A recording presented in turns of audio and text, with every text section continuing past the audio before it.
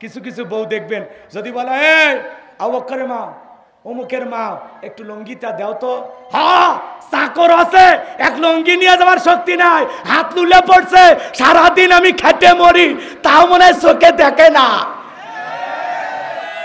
চাইছেন লুঙ্গি, মনে হয় 2 মনে আলুর বস্তা চাইছিলেন। কত অপবাদ আছে ভাই, রাগ কইলেন না, চাচা মন খারাপ করছেন। কিছু হইলে ফেসবুকে স্ট্যাটাস দিয়ে বলে ডাইনি পাশানি, এভাবে চলে যাবি কখনো ভাবিনি। কেরে মগা,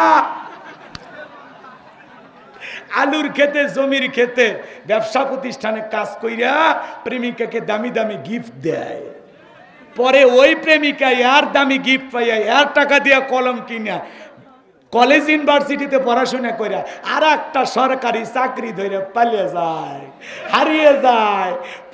এই ছেলেকে আর বিয়ে করে না, টাইম দেয় না। তখন এই মগা মনের দুঃখে বলে আজ প্রতি রাত জায়গা থাকি শেফালির আশায়। তুই জায়গা থাক রে, রাত জায়গা তোর চোখে কালো দাগ পড়বি রে, তাও তোর ভাগ্যে শেফালি জুটবি না, কারণ তোর পদ্ধতি ভুল। বিয়ের আগে অবৈধ কোনো প্রেম ভালোবাসা করা জায়েজ নাই। 20 বছর বয়স হয়নি, নাক চিপলে মায়ের দুধ বের হবে। বাড়িতে এসে বলে আব্বা উত্তর পাড়া লাকি কথা দিয়েছি, রাজি থাকলে 1 চাবুন না হলে 2 চাবুন। পিতা মাতা রাজি হয় না, পালিয়ে যা বিয়ে করে। অবশ্য গোবিন্দগঞ্জের ছেলেরা পালায় না, এরা ভালো, পালিয়ে বিয়ে করে। পিতা মাতার অবাধ্য হইয়া 3 মাস 6 মাস না যায় তো আর ভালোবাসা জানলা ভেঙে বলে যা। মনে রাখবা, স্বার্থের দুনিয়াতে এগুলো আবেগ দিয়ে জীবন চলে না। কি মনে করতেছ? স্বার্থ যেখানে শেষ, বদনাম সেখানে শুরু। কথা কয় না কেন? স্বার্থ যেখানে শেষ, বদনাম সেখানে শুরু। কথা বলে ঠিক কিনা? মনে রাখবা, যার যার মুখে আজকে তোমার বদনাম শুনতেছ, মনে রাখবা একদিন তার তুমি উপকার করেছিলে। যার উপকার করবা ও উল্টো তোমারে। যুবক, পিতামাতার পছন্দের মেয়েকে বিবাহ করবা, অবৈধ কোনো প্রেম ভালোবাসা করে বিয়ে করবা না। কোন কোন আমার কলিজার টুকরা, সোনার টুকরা যুবক হাত তোলো তো। মা বাবার পছন্দের মেয়েকে বিবাহ করবা। চাচা আপনি হাত তুললেন না, এই বয়সে রিস্ক নেই। চাচি জানলে আপনার অবস্থা কি হবে জানেন? হ্যাঁ যুবক, আপনি বিয়ে করছেন? এই ভাতিজা বিয়ে করছো? হাত তুলিস না কেমন? হাত তোলো ভাতিজা, হাত তোলো বাবা, হাত তুলছো না? এ ছেলে ভালো, এ ছেলেগুলো ভালো। দোয়া করি বাবা, তোমাদের ভাগ্যে যেন সুন্দরী বউ পাও। বোন যারা বসে আছেন মা, ওই গাইবান্ধার মা বোনেরা শুনে যান মা, আমি আপনার সন্তানের মতো 4টা আমলে 8টা জান্নাতের দরজা আপনাদের জন্য খোলা। 1 নাম্বার নামাজ, 2 নাম্বার রোজা, 3 নাম্বার স্বামীর খেদমত, 4 নাম্বার হলো পর্দা করা। মা বোনেরা নামাজ পড়ে না, আসরের নামাজ পড়ে মাগরিবের সময়, মাগরিবের সময় হাঁসের বাচ্চা খুঁজবার যায়, মাগরিবের নামাজ নাই। এসার সময় স্টার জলসা জি বাংলা ধ্বংস করছে সোনার বাংলা।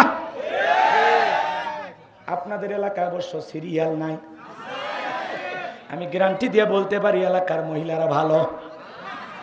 ওই আজে বাজে আঁকি পাখি কটকটি ওগুলো থেকে ওদের মাথা বিগড়ে যায়।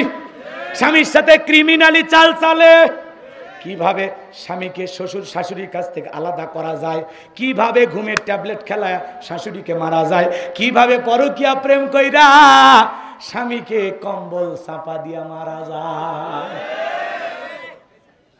টেলিভিশন বাড়িতে রাখছেন, স্টার জলসা, জি বাংলা, চ্যানেল 8, 8, সিআইডি মিআইডি এগুলো দেখে ওরা ক্রিমিনালি শেখে। ক্রিমিনালি এক একটা বউ হয় ষড়যন্ত্র পড়ার পাক্কা ডাইন। না না, আপনাদের বইয়ের কথা কইনি, ভারতের মহিলাদের কথা বলছি। এই দেশের মহিলার কথা বলে মার খাবো? বোঝেন না, আমাদের দেশের মা বোনেরা সব রাবিয়া বসরি, সব জান্নাত থেকে পালিয়ে আসছে। মা বোনেরা নামাজ কম পড়লেও কিন্তু রোজার বেলা শক্ত, রোজা ছাড়ে না। মাঝে মাঝে ইমামকে বলো, হুজুর এই মাসে নফল রোজা আছে নাকি গো? কথা কয় না, কারণ মাঝে মাঝে অভিমান করে দেখবেন চাচা চাচি ভাত খায় না। যদি বলেন এই সিদ্দিকের মা ভাত খাও, ওই খাবো না, তুমি খাও, তোমার পেটের দরিয়ে ভরাও। কথা কয় না। মাঝে মাঝে 2-3 দিন রাগ করে খায় না। আমি বলি ভালো, চাল বাচ্ছে। কি বাচ্ছে? চাল বাচ্ছে। কথা কন, রাগ করছে? করেন, সমস্যা নাই। এদিক খেয়াল করেন মা বোনেরা, এদিক নামাজ পড়বেন, রোজা রাখবেন। আর 3 নাম্বার, স্বামীর খেদমত করবেন। স্বামী যে আপনার কাছে কত দামি যদি আপনি বুঝতেন, তাহলে স্বামীকে কোনোদিন আসামি বানাইতেন না। কথা কয় না কেন? যেই মহিলা তার স্বামীকে নিজের গোলামের মতো ব্যবহার করে, স্বামীকে গোলাম বানায়, সে হলো গোলামের বউ। কথা কয় না? যে নারী তার স্বামীর ওপরে মানসিক টর্চারিং কইরা স্বামীকে তার কথায় উঠাইয়া বসাইয়া স্বামীকে গোলাম বানায়া রাখে, সে হলো গোলামের বউ। আর যে স্ত্রী বুদ্ধিমান, ভাগ্যবতী, সে তার স্বামীকে রাজার মতো, বাদশার মতো সম্মানের আসনে বসাইয়া রাজার রানী হইয়া সংসার করে। আল্লাহ রসুল বলেছেন স্বামীর মর্যাদা কত শোনেন। আমার নবী বলেছেন, মানুষ হয়ে যদি মানুষকে সিজদা দেওয়ার নিয়ম পৃথিবীতে থাকতো, প্রত্যেকটা নারীকে আল্লাহ অর্ডার দিত স্বামীর পায়ে যেন সিজদা দেয়।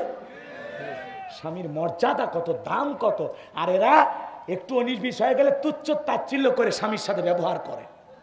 ও ভুলে গেছে ওর স্বামী ওর জন্য কত দামি।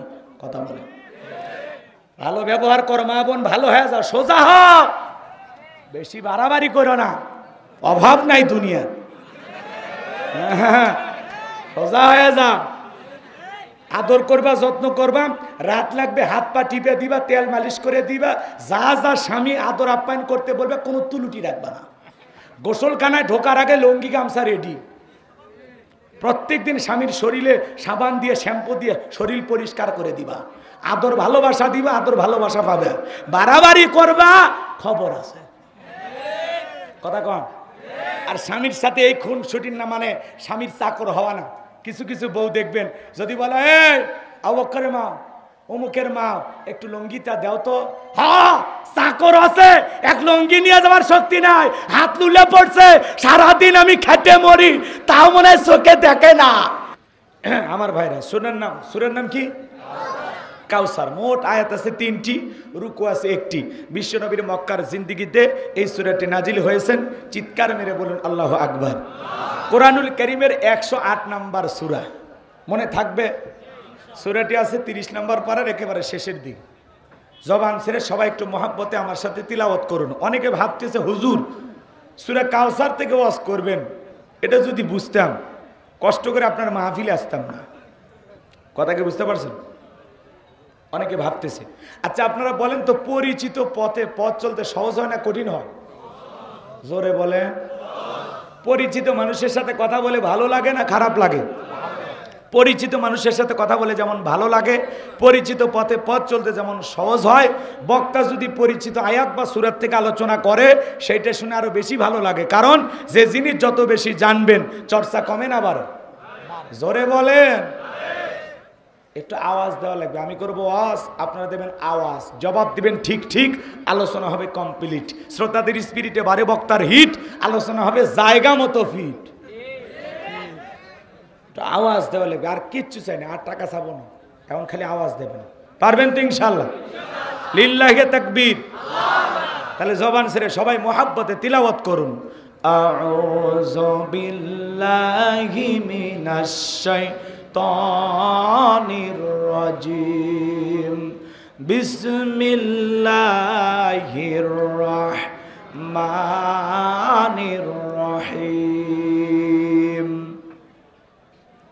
বিতাড়িত মুরদাদ শয়তানের কাছ থেকে আল্লাহ পাকের কাছে আশ্রয় প্রার্থনা চাচ্ছি। পরম করুণাময় অসীম দয়ালু আল্লাহ তাআলা নামে শুরু করছি। ইন্না আ'তাইনাকাল কাউসার ফাসাল্লি লিরাব্বিকা ওয়ানহার ইন্না শানিয়াকা হুয়াল আবতার। আল্লাহু আকবার। যে কোনো আয়াত বা সূরার তাফসীর করতে হলে কোন প্রেক্ষাপটে, কোন সময় আল্লাহ তাআলা তার হাবিবের উপরে সেই সূরাটি বা আয়াতটি নাজিল করেছেন, সেই নাজিলের প্রেক্ষাপট জানা দরকার আছে না নাই? আরবিতে বলা হয় শানে নজুল। যদি শানে নজুল আলোচনা করা হয় তাহলে তাফসীর বুঝতে সহজ হয়। বলুন আল্লাহু আকবার। মানে নাজিলের সময়কালটা কেমন, প্রেক্ষাপটটা কেমন ছিল, কথা কি বুঝতে পারতেছেন? এই নাজিলের সময় কালকে আরবিতে বলা হয় শানি নজুল। কষ্ট হচ্ছে আপনাদের? তাহলে কোন সময় আল্লাহ তাআলা তার হাবিবের উপরে সূরা কাউসার নাজিল করেছিলেন, সেই সময়টা, সেই প্রেক্ষাপটটা কেমন ছিল আমি কি একটু তুলে ধরবো? কষ্ট হবে না আপনাদের? আমার ভাইয়েরা, কাবার হাতিমে আমার নবীজি বসা, নবীর প্রিয় সাহাবী হযরতে আনাস রাদিয়াল্লাহু তাআলা আনহু বলেন, আমি তাকায়া দেখি নবীজির মনটা ভীষণ খারাপ, মুখটা মলিন, চোখের কোনা দিয়া অশ্রু ঝরতেছে। কিছুটা সময় অতিবাহিত হয়ে যাওয়ার পরে আমি তাকায় দেখি আমার নবীজি মুস্কি মুস্কি হাসতেছেন। বলুন সুবহানাল্লাহ। হযরতে আনাস ডেকে বলেন, নবী এই মাত্র দেখলাম মনটা খারাপ, মুখটা মলিন, চোখের কোনা দিয়ে অশ্রু ঝরতেছে, আবার দেখি আপনি মুস্কি মুস্কি হাসেন, কারণটা কি? আমার নবী কেন কাঁদেন, কেন হাসেন? এর পিছনে রহস্য আছে না নাই? নবীজির কান্না করার কারণ হলো নবীজির কলিজার টুকরা ছেলে সন্তানগুলো জন্মগ্রহণ করে। আবুল কাসেম মারা যায়, আবু তাহের মারা যায়, ইব্রাহিম মারা যায়। বলেন তো বাজান, সন্তান জন্ম নিয়ে যদি বেশি দিন জীবিত না থেকে অল্প সময়ের ব্যবধানে মারা যায়, ছেলে সন্তান জন্মগ্রহণ করে আর মারা যায়, বাবা হিসাবে নবীর মনেও কষ্ট লাগে কিনা? নবীজির মনটা ভীষণ খারাপ। একটা ছেলে সন্তানও জীবিত থাকতেছে না, সব ছেলে সন্তানগুলো মারা যাইতেছে। নবীর কাছের চাচা নাম হলো আবু লাহাব ডেকে বলে, ভাতিজা তোমার বংশে ভাতিজা কেউ থাকলো না, তুমি একটা লেজ কাটা, তুমি একটা নির্বংশ, জোরে কন্যা উযুবিল্লাহ। একে তো সন্তান হারানোর ব্যথা, অন্যদিকে আপন মানুষদের সমালোচনা, নবীজির মনের কষ্ট কমে না বাড়ে? আর একটু জোরে বলেন, কমে না বাড়ে? আমার ভাইয়েরা, আপনারাই বলুন, আল্লাহ না করুক আপনার আমার সন্তান যদি মারা যায়, কাছের মানুষদের উচিত বিপদের দিনে সান্ত্বনার বাণী শোনানো। বাবা তুমি সবর করো, ধৈর্য ধারণ করো, আল্লাহ সন্তান দিয়েছে, আল্লাহ নিয়েছে, জীবন মৃত্যুর মালিক আল্লাহ, তুমি ধৈর্য ধারণ করো। আল্লাহ যদি চায় বছর না ঘুরতে আবারও তোমাদের ঘর আলোকিত করে সন্তান দান করতে পারেন, তিনি কে? এই জন্য বাজান, হৃদয়ের কান পেতে কথাগুলো শুনে যান। নবীজি কাছের চাচা আবু লাহাব ডেকে বলে, ভাতিজা তোমার বংশে ভাতিজা কেউ থাকলো না, তুমি একটা লেজ কাটা, তুমি একটা নির্বংশ। আমার ভাইয়েরা, বিশ্বনবীর ছেলে সন্তানগুলো কেন জীবিত থাকলেন না? কেন তারা শিশুকালে বিদায় নিলেন? একটা ছেলেও কেন যৌবন পর্যন্ত দুনিয়ার জমিনে জীবিত থাকলো না? অন্য পয়গাম্বরের ছেলে জীবিত ছিল, কিন্তু বিশ্বনবীর ছেলেগুলো কেন জীবিত থাকলো না? এর পেছনে কারণ আছে না নাই? নবীজির ছেলে সন্তানগুলো কেন জীবিত থাকলো না? আল্লাহ তাআলা কেন তাদেরকে শিশুকালে নিলেন? এর পিছনে রহস্য আছে তিনটি। জোরে বলেন, কয়টি? নবীর ছেলে সন্তানগুলো এই দুনিয়ার জমিনে আল্লাহ কেন জীবিত রাখলেন না? নবীর উম্মত হিসাবে জানতে মনে চায় না? কি সেই তিনটি কারণ? কারা কারা শুনবেন? হাত তোলেন তো দেখি। লিল্লাহে তাকবীর, হাত নামান। কি সেই তিনটি কারণ? যদি আমি আলোচনা শুরু করি তাহলে 3 নম্বর আয়াতের আলোচনা শুরু করা লাগবে। আমি কি 1 নম্বর আয়াত বাদ দিয়ে 3 নম্বরে যাব, নাকি আস্তে আস্তে শুরু করা যায়? ধৈর্য আছে তো ভাই? আমার ভাইয়েরা গভীর মনোযোগ দিয়ে শুনবেন। একে তো সন্তান হারানোর ব্যথা, অন্যদিকে সাহাবায়ে কিরামদের উপর নির্যাতন জুলুম চালায় কাফের বেঈমানেরা। আমার ভাইয়েরা, যারা ইসলাম ধর্ম গ্রহণ করে কাফের বেঈমানরা তাদের উপর নির্যাতন ও জুলুম চালায়। হযরতে বেলাল তখনও কালেমা পড়ে মুসলমান হন নাই। বিশ্বনবীর কালেমার দাওয়াতের কথা শোনার পরে নবীজি আমার রাতের বেলায় দারুল আরকামে বসা হযরতে বেলাল বিশ্বনবীর দরবারে উপস্থিত হয়ে গেলেন। নবীজির চেহারার দিকে তাকাইয়া ডেকে বলেন, নবী গো, আপনার চাইতে সুন্দর মানুষ আমি জীবনে কোনোদিন দেখি নাই। আপনার আমার নবী কতটা সুন্দর ছিলেন জানেন? হযরতে জাবের রাদিয়াল্লাহু তাআলা আনহু বলেন, পূর্ণিমার রাত আমি রাসূলের বাড়িতে গিয়েছিলাম, সেদিন দেখেছিলাম চাঁদ উদয় হয়েছে 2টা, একটা চাঁদ আসমানে আর একটা চাঁদ জমিনে। আমি একবার আসমানের চাঁদের দিকে তাকাই আর একবার বিশ্বনবীর চেহারার দিকে তাকাই। হযরতে জাবের রাদিয়াল্লাহু তাআলা আনহু বলেন, ওই আকাশের পূর্ণিমার চাঁদের চাইতেও বিশ্বনবীকে আমার কাছে বেশি সুন্দর মনে হয়। কথা বলা যাবে না বাবা, চুপচাপ। আপনারা আমার নবী কতটা সুন্দর ছিলেন জানেন? আম্মা জান আয়েশা ডেকে বলেন, যারা ইউসুফ নবীর চেহারার দিকে তাকাইয়া ফল কাটতে গিয়ে আঙ্গুল কেটে ফেলে দিয়েছিল, ওরা যদি বিশ্ব নবীর চেহারার দিকে তাকাইতো, শুধুমাত্র আঙ্গুল নয়, আঙ্গুল কাটতে কাটতে হাত কাটতে কাটতে কখন যে নিজের কলিজা কেটে দুফাক করে দিত, মুহূর্তের জন্য টের পাইতো না। আপনারা আমার নবী এতটাই সুন্দর। নবীর সম্মান মর্যাদা আমরা বুঝি না। কেমন নবীর উম্মত হইছি, কেমন দামি নবী জীবনে পাইছি, আপনি আমি বুঝি না। এক জায়গায় যা বললাম, ভাই বলেন তো আমাদের নবীর নাম কি? বলে হুজুর আব্দুল কাদের জিলানী। পীর সাহেবের নাম মুখস্থ আছে, কিন্তু কপাল পোড়া রসুলের নামটাও বলতে পারে না। এমন মুসলমান আমাদের সমাজে আছে না? না। আম্মা জান আয়েশা আরো ডেকে বলেন, দুনিয়ার মানুষ, তোমাদের একটা সূর্য আছে, আমি আয়েশারও একটা সূর্য আছে। তোমাদের সূর্য উদয় হয় দিনের বেলায়, আর আমি আয়েশার সূর্য উদয় হয় রাতের বেলায়। আম্মা জান আয়েশা একদিন সেলাইয়ের কাজ করতেছিলেন, হাত থেকে সুইটা পড়ে গেল, বাতিতে তো কোনো তেল ছিল না, বাতি জ্বালাইতে পারলেন না। আম্মা জান অপেক্ষায় বসে থাকলেন। বিশ্বনবী যখন এশার সালাত আদায় করার পরে ঘরের ভিতরে প্রবেশ করে নবীজি আমার সর্বপ্রথম আম্মা জানকে সালাম দিলেন। নবীজি ঘরে ঢুকে স্ত্রীকে কি দিলেন? এই আমল উম্মতের ঘরেও থাকার দরকার আছে না নাই? বাড়িতে ঢুকে স্ত্রীকে সালাম দেওয়া রাসূলের সুন্নত। কথা কয় না? বাড়িতে যাই স্ত্রীকে কি দেবেন? সালাম দিবেন। আসসালামু আলাইকুম রহিমা, কেমন আছো সোনা? ঘরের দরজাটা খোলো না, আমি তোমার লিটনের বাপ, তোমার দিওয়ানা। বউ খুশি হয়ে দরজা খুলবে। কথা বলে ঠিক কিনা? কিন্তু আমাদের ব্যবহার এত ভালো না, আমরা রাগান্বিত হয়ে বাড়ির দরজায় ডাক দে, এ রুবেলার মা, এ দরজা খোল। বেশি দেরি হলে দরজা ভেঙে ফেলে দিয়া তোর পিঠের ওপর কি যে হবি রে। ভিতর থেকে বউ বলে, এটা স্বামী না, সেকেন্ড আজরাইল। কারণ আমাদের ব্যবহার অত মিষ্টি না। এদিক খেয়াল করেন, বাড়িতে যাই স্ত্রীকে সালাম দেবেন, বাড়িতে ঢোকে স্বামীও কিছু বলে না, বউও কিছু বলে না, দুইজনে পোপা। কথা কয় না? স্বামী স্ত্রীর মধ্যে সালাম আদান প্রদান হওয়া লাগবে। স্ত্রীকে সালাম দেবেন। সালাম আছে যেখানে শান্তি আছে, সালাম আছে যেখানে সমাধান আছে, স্ত্রীকে সালাম দেবেন। লোকজন না থাকলে বইয়ের হাতটা ধরে মুসাফা করবেন। কার হাত? এই যুবকে কথা বলো না কেন? কার হাত? বইয়ের হাত। পাশের বাড়ির ভাবির হাত না, ছাতা দিয়ে পিটাবে। বইয়ের হাত ধরে মুসাফা করবেন। ময়দান যদি একেবারে ফাঁকা থাকে, কোলাকুলিও সেরে নেবেন। পারবেন তো ইনশাল্লাহ? স্বামী স্ত্রীর মধ্যে সালাম আদান প্রদান হলে আল্লাহর পক্ষ থেকে তাদের উপরে রহমত নাজিল হয়। বলেন আল্লাহু আকবার। পারবেন তো ইনশাল্লাহ? দাম্পত্য জীবনে যদি সুখ পেতে চান, শান্তি পেতে চান, স্বামী স্ত্রীর মধ্যে 4টা সুন্নত আমল করা লাগবে। জোরে বলেন কয়টা? রসুলের 4টা রোমান্টিক সুন্নত আছে। এই 4টি সুন্নত যদি প্রত্যেকটা নারী পুরুষ তাদের দাম্পত্য জীবনে আমল করতে পারে, তাদের জীবনে কোনোদিন অশান্তি থাকবে। কবিরাজ লাগবে না, পানি পড়া লাগবে না, ফুফা লাগবে না। কথা কয় না কে? একেবারে সম্পর্ক মৃত্যু পর্যন্ত টিকে থাকার গ্যারান্টি দিচ্ছি। কয়টা সুন্নত শুনবেন? কারা কারা একটু হাত তোলেন তো দেখি। লিল্লাহে তাকবীর। হাত তোলা থেকে বুঝতেছি আমরা এই রোগে সবাই আক্রান্ত। না কষ্ট হচ্ছে নাকি আপনার? এমনিতে মজা করলাম, কষ্ট যে নেন না, ঠিক আছে? তাহলে বউকে সালাম দিতে পারবেন তো ইনশাল্লাহ? পারবেন না? হয়তো প্রথমে যদি আজকে সালাম দেন, আসসালামু আলাইকুম, তখন আবার বলবে কারে সালাম দিলাম। যদি বলেন শেফালি তোরেই দিলাম, তখন বল বাপ রে বাপ, আজকে আবার কোন হুজুরের মুরিদ নিয়ে বাড়িতে ঢুকলা, সেদিনই তো মুখের গাছের কলা চুরি করলা। কথা কি বুঝতে পারছেন? এজন্য সালাম দিবেন।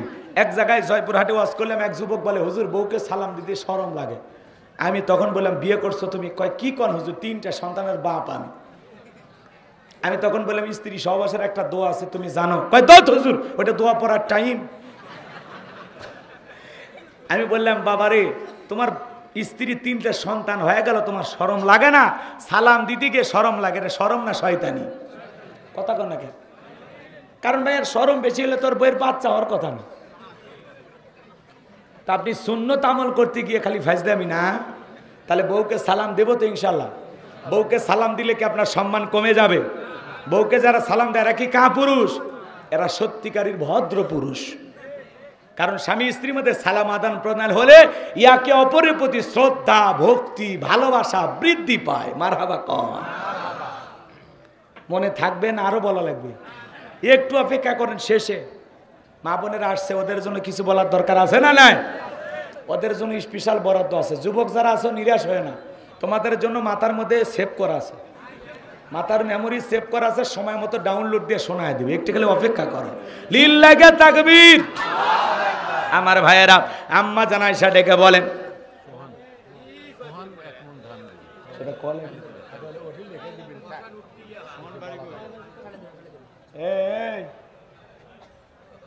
কি কই এদেরকে,